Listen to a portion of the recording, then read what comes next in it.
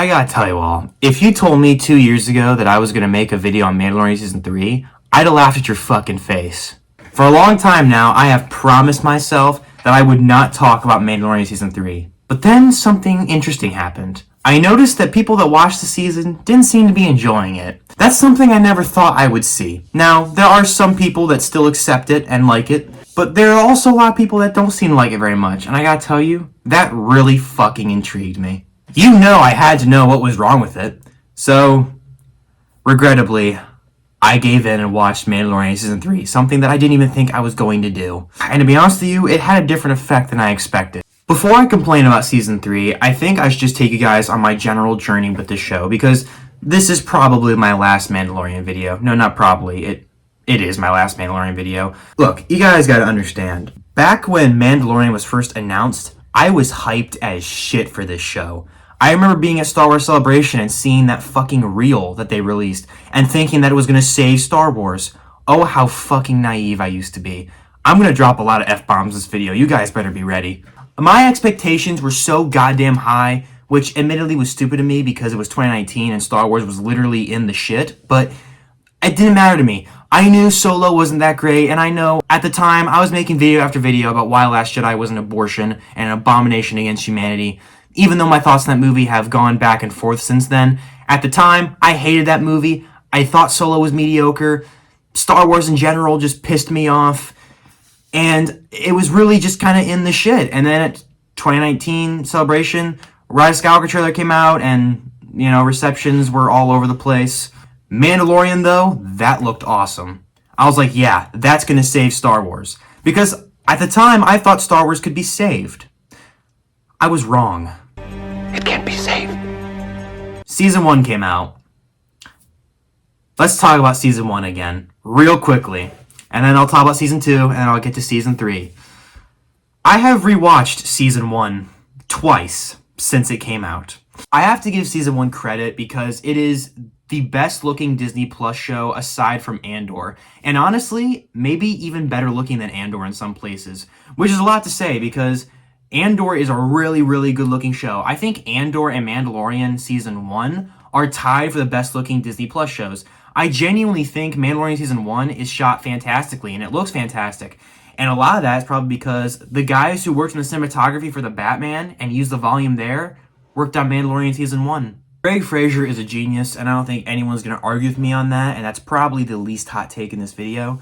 Greg Fraser worked on Mandalorian Season 1 and the Batman, and he did a fantastic job in both areas, and I'm now convinced that he is the only reason Mandalorian Season 1 looked as good as it did. Fraser's work doesn't need to be overlooked at all. He did a fantastic job in this season. It looks fantastic, still to this day.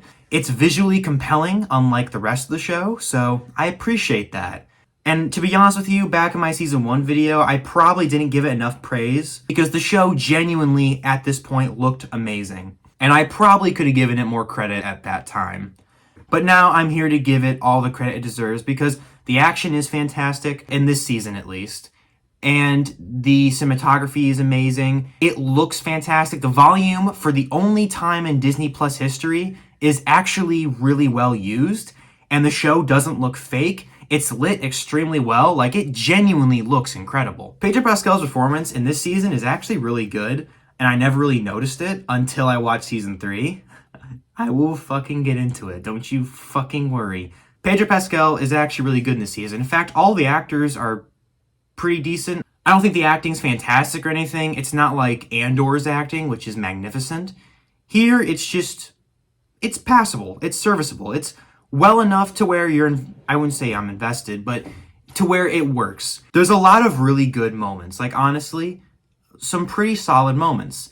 The season finale in particular has some really good moments. I really like the IG-11 moment with djarin, where he finally gives the droid respect and is actually sad when he dies, because he's judged droids pretty much every day of his life, and there's a reason for it, but still, he misjudged this droid and ended up not only saving his life, but sacrificing itself for him, which made him sad. That's a really good moment. It's the only moment in the entire show that's earned, I would say. Giancarlo Esposito, it's cool to see him, and that's all I have to say. Gina Carano, I'm not even going to touch the controversy around her because it's so messy, and to be honest with you, I have a really shitty understanding of it, so I'm going to talk about her character. I'm not going to talk about her as a person. Her actual character, I liked a lot. I think she was interesting. I think she's the only character I was really invested in. Now, as far as negatives go, literally everything else. This is where the 30-minute episode template for Disney Plus started. Boy, oh boy, has it been a pain in my ass for years. Ever since day one, I have complained ad nauseum about the runtime of these shows. And here's the thing. You can make 30-minute episodes work. You really can. This show just never figured out how to. Cobra Kai proves you can. It's just insanely difficult. But what Cobra Kai does is it paces it better, and the actual characters develop pretty much frequently. It focuses a lot more on character, and it's a different style of storytelling, so it works better there. In this show, the 30-minute episodes run by fairly quickly. There is no big overarching story. It's just kind of stuff happening. Really, the show since season 1 has been a bunch of filler episodes, and the filler episodes are really annoying. I'm sorry to say, but if your 8-episode show has filler episodes, something's wrong. The prison episode in this season means nothing. That episode 5, the Tatooine episode, literally means nothing. The only thing that matters is Fennec's established, and she doesn't even really do anything in the entire show, so really, that's kind of useless too. There are so many filler episodes, and it's just such a shitty way of telling a story. This story is like barely even a story. This season is like semi-cohesive, like I said, but a good half of the season doesn't matter. It's just a lot of Monster of the Week episodes, and it'd be one thing if it was a 20-episode show, but it's not. It's 8 episodes, so when you're going from one episode that's really story-based to another that has nothing to do with that story, and it's just a Monster of the Week episode that takes place on Tatooine with a really shitty smuggler, it makes for a really awkward experience. It's a great way to create tonal whiplash and really piss me off, so by all means, Mandalorian, keep doing it. The actual writing in the show is the worst part about it because literally everything wrong with the show is in the writing. The directing's fine. All the episodes are well directed. The problem is the writing. The writers didn't put like any effort into this season, and any season really. Again, there is one moment at the end that's earned, and it's Din letting the droid live for 5 minutes so he can sacrifice himself. That was a genuinely good moment. Really great. I want more of that. Let me give you an example of really clumsy writing. In episode 8, Din Djarin says, Moff Gideon's alive and that's the guy out there who's hunting us. Gina Carano says, that's not possible. Moff Gideon's dead. Now, in most cases, this would be fine, but here's the problem. This is the first time we've ever actually heard of Moff Gideon. So from the audience's perspective, we're watching a show where they say, oh my god, it's Moff Gideon! And you think in your head, oh, Moff Gideon. Wait, who's that? The show never established anyone by the name of Moff Gideon, and it's like, oh yeah, Moff Gideon, this guy who died, he's actually alive. But the show has never established his existence. His existence literally comes out of nowhere, and he's well known, clearly, and we get his backstory very, very quickly. We get it. We get the backstory, but it comes out of nowhere. Up until episode 7, they hint that there's a bigger guy in the picture, but they never give his name and they never show him. They also never imply that Din Djarin has a connection to him. Now, again, is it a problem that they think Moff Gideon's dead? Of course not. It's a problem that Moff Gideon isn't mentioned until the reveal. Imagine if in A New Hope, Obi-Wan didn't mention his connection to Vader until he met him at the end. Like, obviously it's not going to mean as much. Their fight isn't going to have the same emotions because that's the first time I've ever even seen Vader. Imagine if Vader only appeared at the end of A New Hope and then Obi-Wan gave an explanation as to who he is. It just wouldn't be as powerful. A New Hope works in that regard because Obi-Wan builds up Vader through his backstory in the middle of the movie when he's explained to Luke that Vader is who he is and that he was once his apprentice. He has an actual connection to him. They build up their interactions. Mandalorian Season 1, and frankly, most of The Mandalorian, forgets to build up this conflict. It forgot to build up Moff Gideon's existence.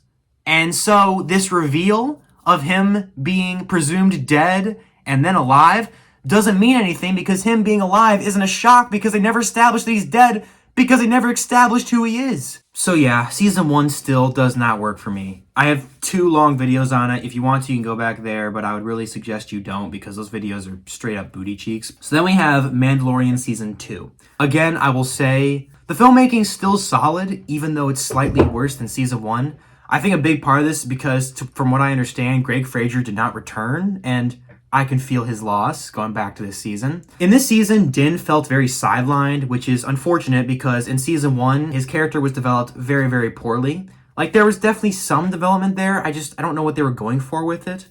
I can't tell if his arc was about redemption or, I don't know, making his Mandalorian family that we never met proud. Who knows? Honestly, I don't give a shit anymore. The point is, Din Djarin getting sidelined in this season and the next is really bad for his character because his character is barely a character. I think Din Djarin and Grogu represent the main reason this show just doesn't work. The show really hinges on Din Djarin and Grogu's relationship. The problem is, their relationship is never really well fleshed out. I understand what they're going for. The mentorship, father figure shit, I understand. The problem is, and this is the biggest hot take I'm ever going to have until the end of the video. I want you guys to listen to this. There is a huge, huge difference between two characters connecting and two characters just going on a lot of adventures together. Mandalorian falls into this category. Din Djarin and Grogu go on a lot of adventures together, and there's moments of levity in those adventures. There's nothing else outside of that. There is no scene. There are very few scenes of these two actually connecting. Like, the show tells me they connected, but I have no idea where it starts. Where does Din Djarin even learn to care about Grogu? In the first season, he only saved Grogu because it's part of his code, because Grogu saved his life and he owed him. And then after that, I have no clue when he started to care for him. Was it episode 4, episode 5, episode 6? Was it the finale? I don't know. In the finale, he questions if he's an enemy for a second, and then is told that he's innocent and should return to his kind, and now he's on that mission. Is he on this mission because he cares about the child or because the armorer told him to? Imagine a story where the armorer sends him on a mission to return Grogu to his kind, and then he learns the armorer is a cult leader, and then questions his mission, and then you can see a clear distinction. Do you know what I'm trying to say? That could be such an interesting fucking story if you put some fucking effort into your scripts, goddammit. I think that's ultimately where this show pisses me off the most. There's so much lost potential, and I'll be honest with you. The show would be better if Grogu could fucking talk. If Grogu was like the age, any other age, if he was just a child who could talk, it would be so much fucking better. I can't stress this enough. I don't give a fuck that you all think he's cute, okay? I don't fucking care. Cute isn't enough.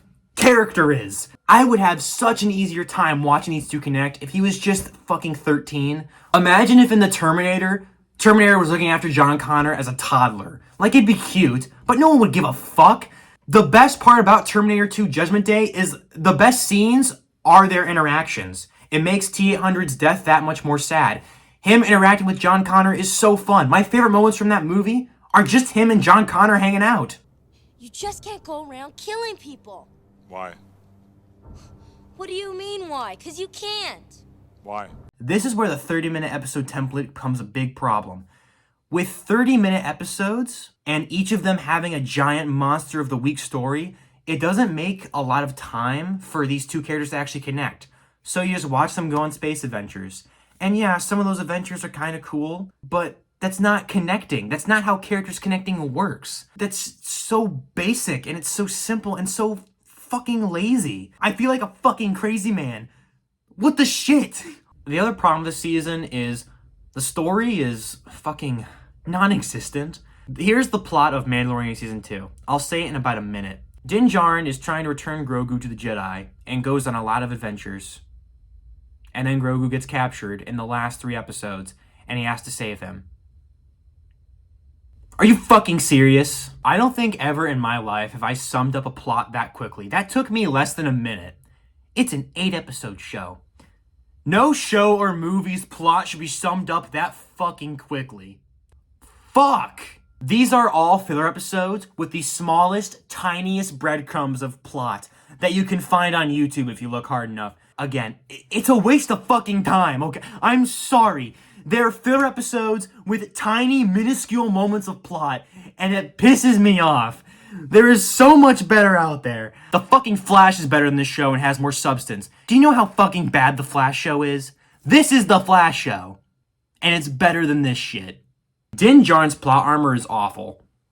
I understand Beskar can deflect lightsabers and blaster bolts, but why not make it still hurt him? You don't have to have him get killed. I'm fine with the bulletproof Beskar. That's fine. But at least let him take damage. For example, in the Batman, in the final fight and throughout the movie, Batman gets shot a lot, but he actually takes damage. In the scene where he takes his shirt, he puts a new shirt on after showering, you can see a lot of bruises and what looks like bullet marks. He's not getting shot with the bullets, but the bullets are hitting his armor and basically pounding it into his skin.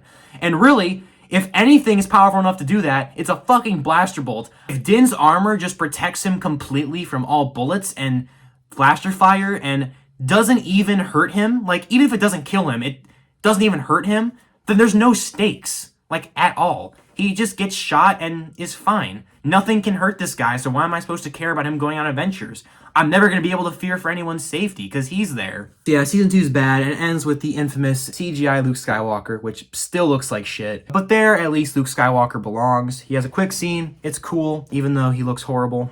He takes the child, and there, Grogu's place in the story ends.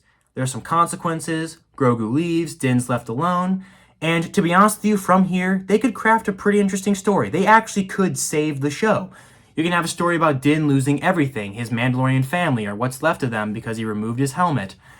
Grogu's gone with Luke.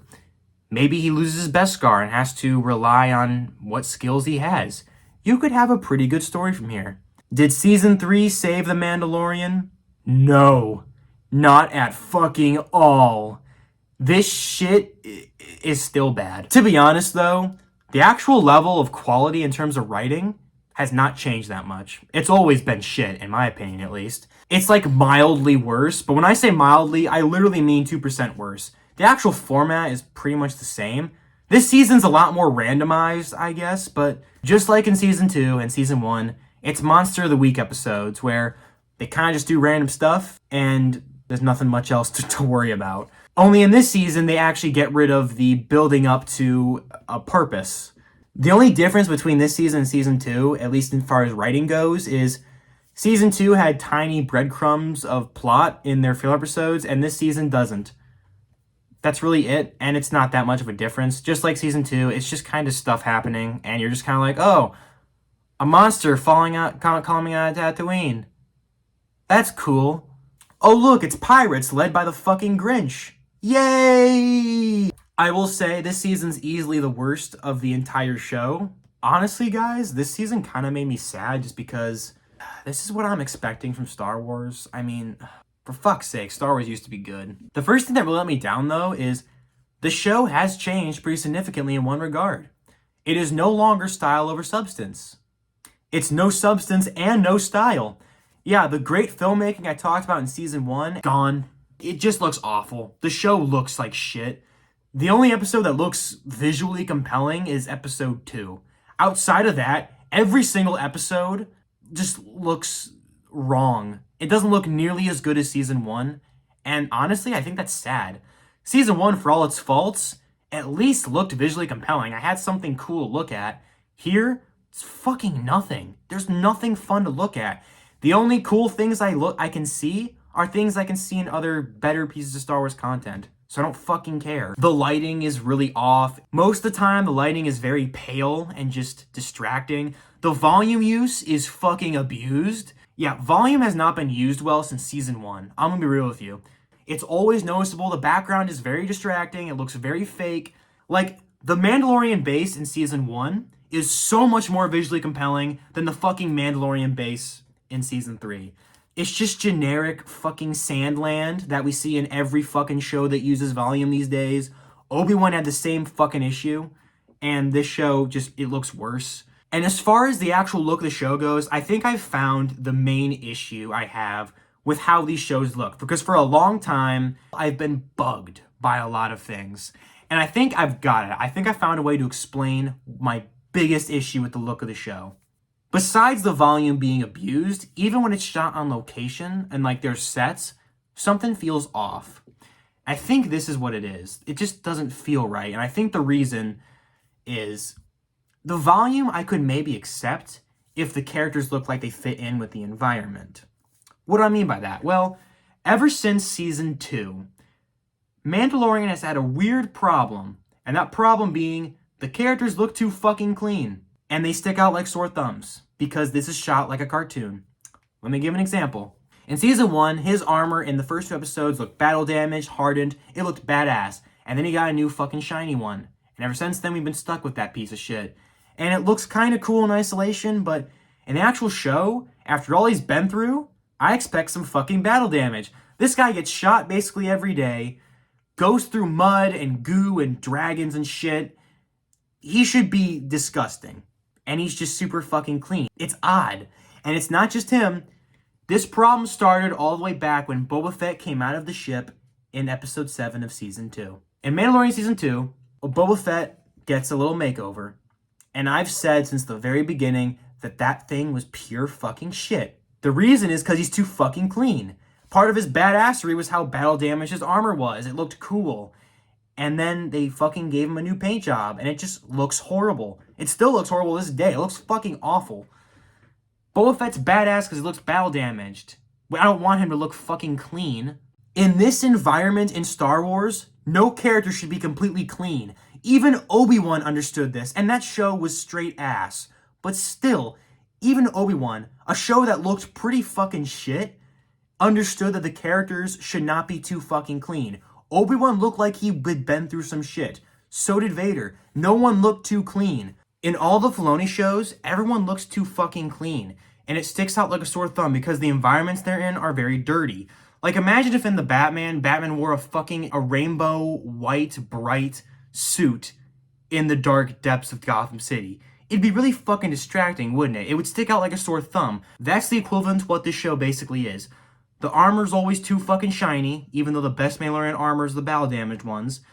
Realistically speaking, just logically speaking, I know saying realistic in Star Wars is bad, but logically speaking, and yes, you can have logic in Star Wars, believe it or not, their suits should be battle damaged as fuck.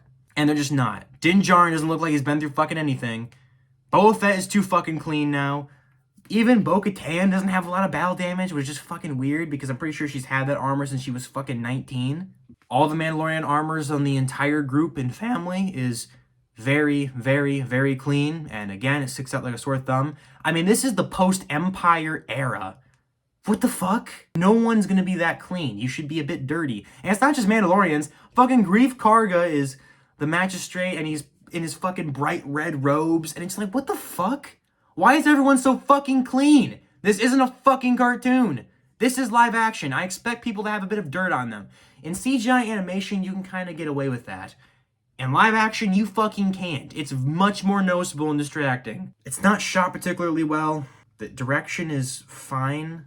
And that's really it. The filmmaking just not fun anymore.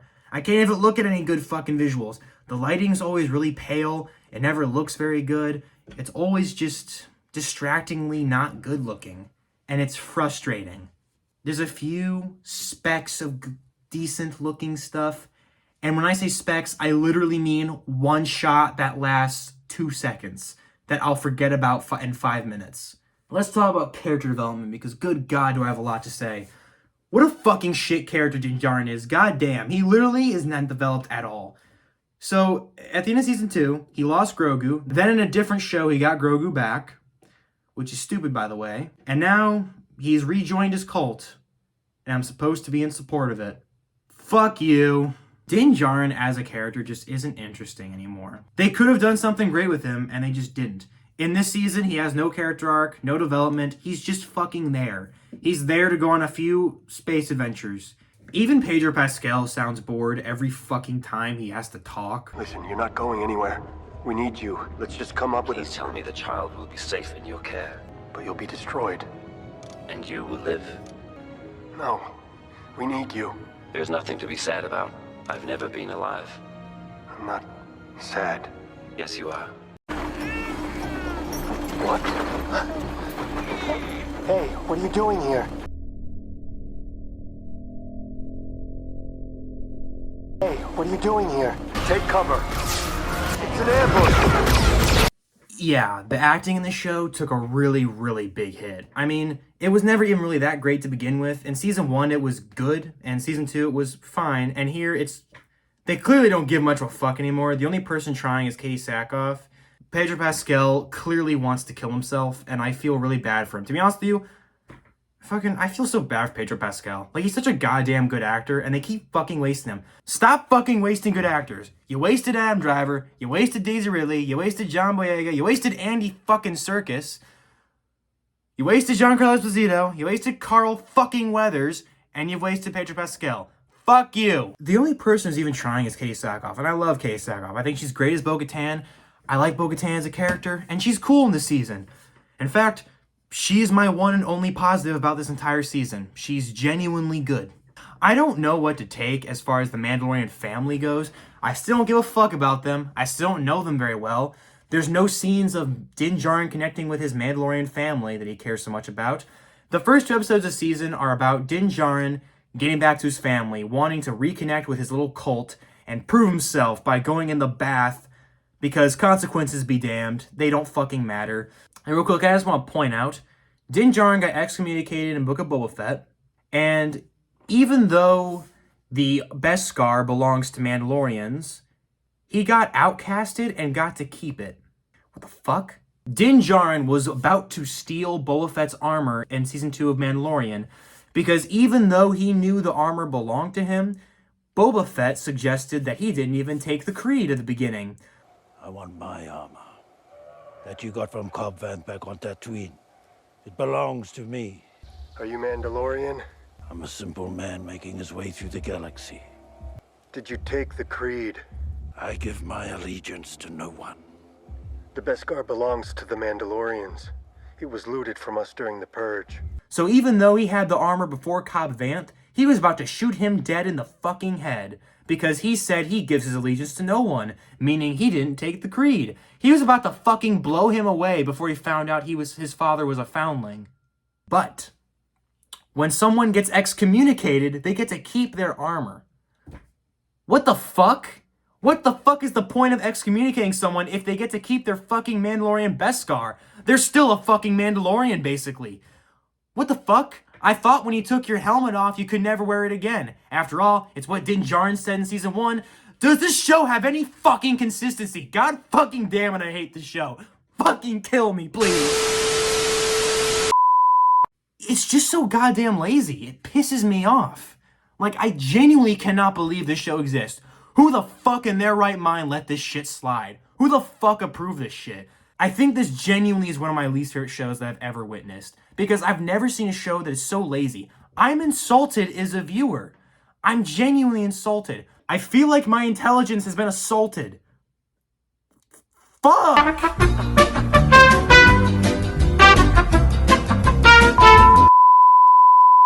Din Djarin wants to connect back with his cult, and apparently consequences don't matter in the show, because by the time Season 3 begins, Din has Grogu back already, and we never get to properly feel his loss, and he gets accepted back into his cult about 2 episodes in. Walk out the door, you see someone that you know, and they ask you how you are, and you just have to say that you're fine, when you're not really fine, but you just can't get into it because they would never understand. Does Din Djarin never once question this cult? Imagine a story with Din Djarin overcoming this cult and learning what it truly means to be a Mandalorian and having a confrontation with the armor. Imagine how much fucking better that would be than just him accepting this fucking cult. And it's absolutely a cult, by the way. They literally excommunicate him for taking his helmet off once, even though he had a perfectly valid reason for doing it. It's clearly a cult. And even the shows up until this point have addressed it as a cult. Bo-Katan called it a cult. The episode where he gets excommunicated is labeled the apostate. They've raised him in this strict religion. They've excommunicated him without any fucking mercy. If he even takes off his helmet once, even if it's to save someone's life. The way they act, from where I sit, it's clearly a fucking cult. And I don't think I should support characters that go back to their cults and stay there. And the thing is, they want me to like the Armorer, but since Season 2, they've kind of built her up to be an asshole. So, what does the show want me to think here? Whether or not you think it's a religion or a cult, if the fan base is confused, which it absolutely is, there are people in the fan base that think, oh yeah, they're totally cool. And there are people who think, well, actually, they're a cult. If the fan base itself for years has been questioning whether or not you're supposed to support Din Djarin going back to his little family, if factually speaking, people are in confusion about whether or not going back to this family is right and whether or not you're supposed to support him, you've created an issue because the show itself has not taken a stance. You have been so confusing with your fucking signals that you've made fans confused as to whether or not they're supposed to want Din to go back. And all of this goes back to the incredibly obvious fact that they didn't have a plan. Just like the sequel trilogy. If they did, it got abandoned. Because holy fuck, you cannot tell me for one fucking second that the plan from season 1 has been for Moff Gideon to make an army of clones with force-sensitive abilities to bring peace and order to the galaxy. Yeah, what the actual fuck was that? I watched the episodes just last night, and when Giancarlo Esposito walked in and out of nowhere randomly monologued about his army of force-sensitive clones, I laughed my fucking ass off. I was sitting right here watching it on that fucking screen, and I shit you not, I fell on the fucking ground laughing. It was that goddamn funny. Not only the way Giancarlo Esposito randomly tells them for no reason, which, by the way, Moff Gideon, you clearly value these clones. Why the fuck would you tell the characters about your clones? Don't you value them? Obviously, they're gonna go back and destroy them if you tell them, you fucking dumb shit. Him randomly monologuing this and the way Giancarlo delivers it is just fucking hilarious. Long live the Empire! Long live the Empire! Yeah, so that happened. God fucking damn it, Dave. Giancarlo Esposito is a really good actor. I think the idea of him being in Star Wars as anyone is fantastic. Especially the main villain of the show. It's what he's fucking best at. He's great at playing bad guys. There are two main positives just having Giancarlo Esposito as a villain. One, he's Giancarlo Esposito, and two, Esposito is just naturally intimidating. And the main reason being he doesn't raise his fucking voice. Moff Gideon, even though he has awful development and he's barely developed as a villain, Giancarlo Esposito's actual performance was intimidating because he doesn't ever raise his voice. He always talks very normally, very calmly. He never seems afraid or scared, despite the fact that he's taken on Mandalorians with Beskar. It's kind of one of the things that makes him badass. Essentially, Moff Gideon has been reduced to a narcissistic little asshole who's fucking hammy as shit. He thinks that he's so good that if he had force-sensitive abilities, he'd be perfect and he'll bring peace and order to the galaxy. What made him such a narcissist? Why does he think that he'll bring peace and order to the galaxy? What is his plan to do so? Why does he think this about himself? I don't fucking know. The show doesn't even know. It came up with this shit on the spot. I'm not joking when I say this shit has literally not been set up at all. Not only not in this season, but in the previous season or the season before that. Literally, this clone force-sensitive shit came way the fuck out of nowhere. It's so random, it's kind of awesome. Like, I genuinely love it because I was dying. I was like, what the fuck? It is so...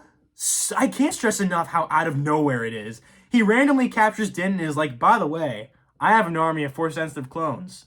I'm gonna take over the galaxy. Why? I don't fucking know. Because I can. It was fucking hilarious. And honestly, why the fuck does he want to do this? I'll talk about the idea of transferring force-sensitive abilities in a second and how fucking stupid that is, but if you could transfer force-sensitiveness to anything, why don't you transfer it to yourself? You fucking moron. He could give himself the Force, and he just chose not to. What the fuck? He himself is not force-sensitive. And in Star Wars, when you clone someone, you clone them exactly the way they are. So the army of clones is just other versions of Jango Fett. Making clones yourself is not... If you make 1 million clones yourself in Star Wars, to my understanding, none of them are going to be Force sensitive. Not a single clone in the Republic Army in Clone Wars had the Force because they're clones of Jango Fett. If you cloned Starkiller in Legends, or you cloned Anakin Skywalker, or Luke Skywalker, they would probably have the Force. So, if you have someone who's not Force sensitive and you clone them, they're not going to magically be Force sensitive. The only way it's possible to have a clone yourself that's Force sensitive would be if you transferred the Force to them somehow. And if you remember back to A New Hope, the Force is not about what's in your fucking blood. Some people are able to tap into it and some people aren't. That's always been the definition. The Force is what gives the Jedi his power. It's an energy field created by all living things. It surrounds us, penetrates us, it binds the galaxy together. It's energy. surrounds us and binds us. Luminous beings are we, not this crude matter. You must feel the force around you. Here, between you, me, the tree. So, what this show is telling me is Grogu's blood can just give people the Force, and Giancarlo Esposito has now found the ability to transfer the Force to clones of himself. Because they're clones of him, so they don't have the Force until he gives it to them. That's not how the Force works. This show fucks Star Wars harder than Last Jedi. I don't give a shit what any of you say. I think this literally is the worst idea of the Force I've ever seen. I've never seen such a shit understanding of the Force. And there's been some shit understandings of it in the past, even in Disney Star Wars. This is the worst of it. I've never seen anyone try to argue you could transfer Force sensitivity to other individuals because it's so fucking stupid. And this show did it. Fuck this show, man. It's so goddamn stupid. If you're gonna tell me that Giancarlo Esposito can transfer the fucking Force into people, you're gonna need to explain it really fucking well. And you better give a goddamn top tier explanation. And even if you do, it's not gonna make any sense, but at least try. They didn't. I think the writers recognized how fucking stupid it is because they didn't even attempt to explain how Moff Gideon gave clones of himself the Force. Why didn't he just give himself the Force? Because he clearly wants it. How does this work? Why does he want to do this? What is his goddamn motivation? Someone fucking write the show, please. There is a moment in episode 7 that I think summed up the issue with the entire show, or one of the biggest issues. This show has a lot of badass moments. A great example would be Pre Vizsla's death at the end of episode 7. In theory, that's a really cool moment in isolation. It's a great death for a character. It's badass as fuck. Unfortunately, that moment's not earned. Why? Because I don't fucking know who Pre Vizsla is.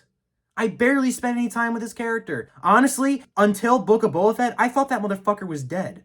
Out of nowhere, he's alive in Book of Boba Fett, and his feud with Din Djarin has returned, even though his feud with Din Djarin ended in episode 3 of season 1. And now, in Book of Boba Fett, it's back apparently, even though in episode 3 they got respect for each other at the end. And Jon Favreau, Pre Vizsla, helped him.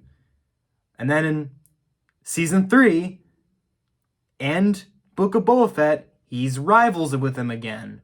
What the fuck happened off screen? This show is so goddamn lazy that it straight up forgot that they solved this feud in season 1 and just rehashed it. What the actual fuck? What am I watching here? This is bullshit. I'm insulted. Pre Vizsla is like a nothing character. The only character trait he has is that he's a dad and he doesn't like Din Djarin until he does in season 3. That is his only fucking character trait. I don't know who he is. I don't know how he got into the cult. I don't know his fucking motivation. I don't know what he wants. I don't know a goddamn thing about him. How loyal he is to the cult. What got him into the cult. There's so many questions I have about him. What is he like? Does he look at armor the same way that Din Djarin does? Is she like a mother to him? Who brought him into the Mandalorians? Is he a foundling or is he Mandalorian blood? Who the fuck is this man? I don't fucking know. Complex characters don't exist in this shit show. Simple characters and fucking characters with no character traits. So all that matters is he's a Mandalorian, he's got a son who's a foundling, and he doesn't like Din Djarin until Din Djarin saves his dumb shithead son, and then he likes Din Djarin. That's fucking Pre Vizsla. I want you all to realize that Flash Thompson in The Amazing Spider-Man has a stronger character arc and more character traits than fucking Pre Vizsla.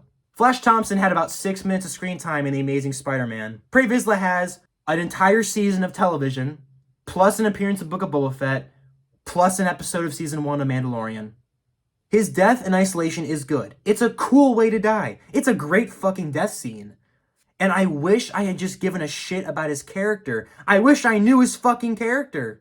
And oh yeah, I want to quickly talk about this. I'm not going to get into every single episode because they're all contrived, but I want to point out my personal favorite contrivance in the history of Star Wars. In episode 4, Pre Vizsla's son gets eaten by a fucking dragon. Well, not eaten, but he gets taken by the dragon.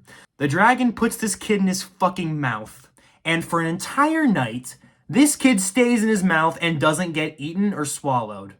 He just sits there laying on his fucking tongue. An entire fucking night. And also for that night, the Mandalorians head to the hill where the sun is with the dragon inside its mouth. And they choose to wait there, a fireplace and everything. Just wait there, and then in the morning, they will attack the dragon. Very fucking smart. Genius. I'm sorry, but this show is just so lazy. Like, it annoys the fuck out of me. Another example of laziness, Din Djarin's essential racism or annoyance with droids, his distrusting of droids, just returned. Like, out of nowhere.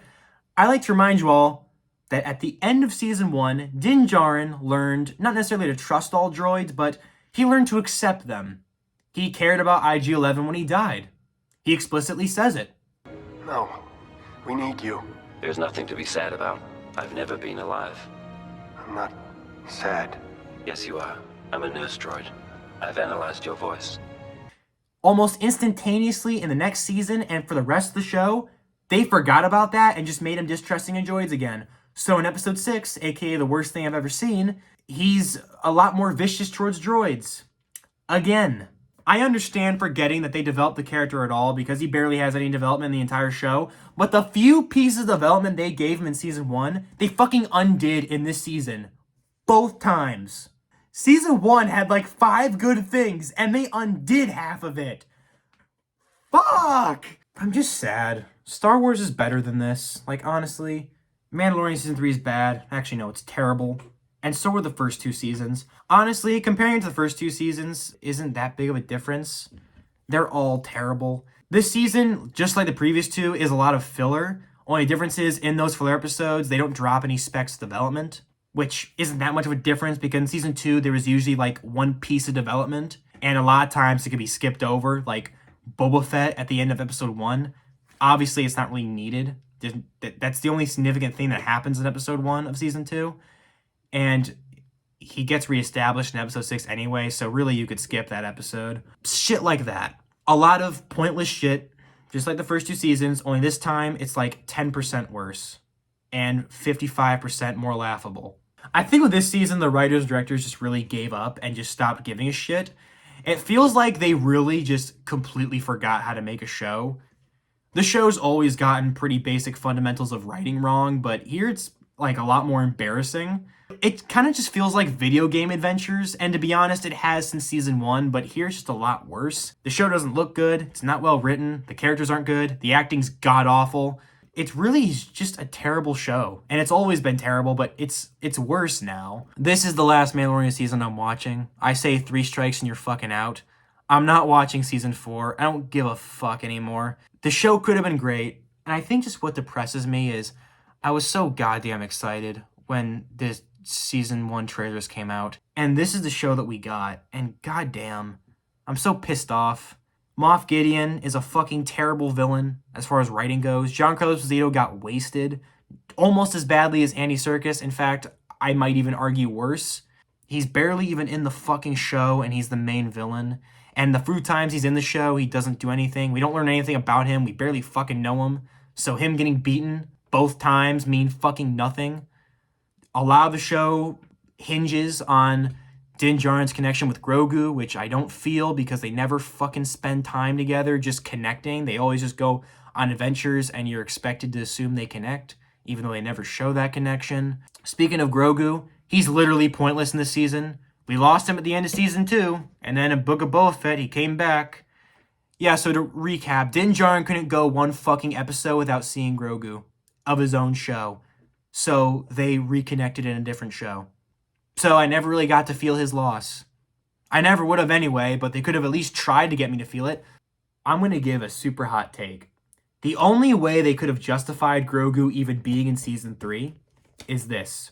If Grogu died, you're all going to kill me in a second, I know it. Hear me out. At the end of Season 3, if Grogu had died in Din's care, that would have been a really big risk. It would have been a major step and a major shift, and it also would have justified his appearance in Season 3.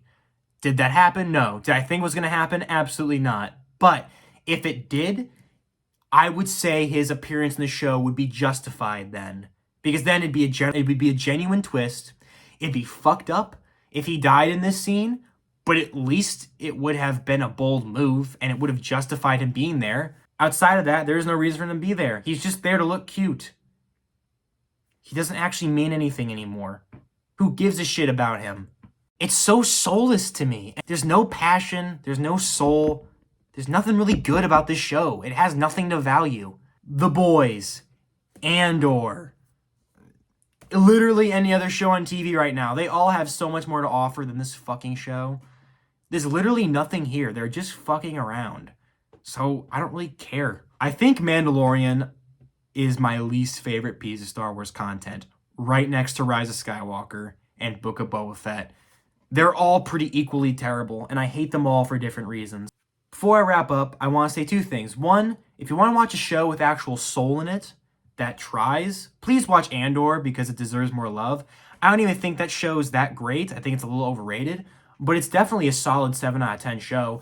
And one thing you can not say about it is, even if you think it's boring, which I can kind of understand to an extent, every episode matters. There is no fucking filler. There's no bullshit Grogu stuff to distract you. The show matters. The characters are developed. There's development. The story is progressed. There's an actual fucking story. It's actually well fucking made. It's visually compelling. The story is compelling. Everything matters. I cannot say the same for this piece of shit amateur fucking show. Another thing is an idea I've had for a while now, which is I want to make this show look even worse by telling you what Season 3 could have and probably should have been. So, let's say, for argument's sake, Seasons 1 and 2 happen the way they do, which is terrible, but whatever. Here's how Season 3 could have saved Mandalorian. First of all, in Book of Boba Fett, don't bring Din Djarin back at all. Keep him exactly where he is at the end of Season 2. And in Season 3, have him talk with the armorer at the beginning of the episode and have the first episode end with Din Djarin's Beskar being taken away from him and him being outcasted from his family. Now, would I have felt this loss? No, because I didn't spend any time with the Mandalorian family. And that was always going to be a problem, but at least here they can be putting in an effort to kind of reset the show and put it in a different direction. So now we have Din Djarin losing his Beskar and having to rely on his skills and just kind of being a bounty hunter without them. Here we can see a more depressed Mando and a Mando who's actually vicious and fucking brutal. We can get some really kick-ass action, get some fucking fun bounty hunter adventures, and see how he gets around as Beskar and have him prove himself without the Beskar. And in the background, you have Grogu being gone with Luke. And here, Din Djarin has to figure out who he is as Beskar. And maybe he ends up standing up to Mandalorians. And he starts a bit of a Mandalorian war within the Mandalorian foundlings. And eventually, the season ends with him getting his Beskar back, fighting the armorer, and killing the armorer. And they accept what being a Mandalorian actually means. And it's not what this fucking cult says. That way, you have a story about a guy standing up to his cult, saving some of his friends maybe. You could have some really good drama there. You could craft a good Season 3, if you tried. So yeah, this show sucks. I hate it. I think in general, I'm just done with Star Wars. I'm not going to watch Mandalorian Season 4. I'm not going to watch Book of Boba Fett Season 2 if it ever happens. Honestly, I probably won't even watch Ahsoka, because I just don't fucking care. Ahsoka is going to be 8 episodes, all of which are 30 minutes. I'm not invested in this franchise anymore, and frankly, I'm tired of shit shows, so I think I'm legitimately done. I don't give a fuck about the fucking Rey movie. I don't give a fuck about the fucking Mandoverse movie. Anyway, may the Force be with you. I want to remind you all that I called this show being shit back when the first episode came out, so suck my dick.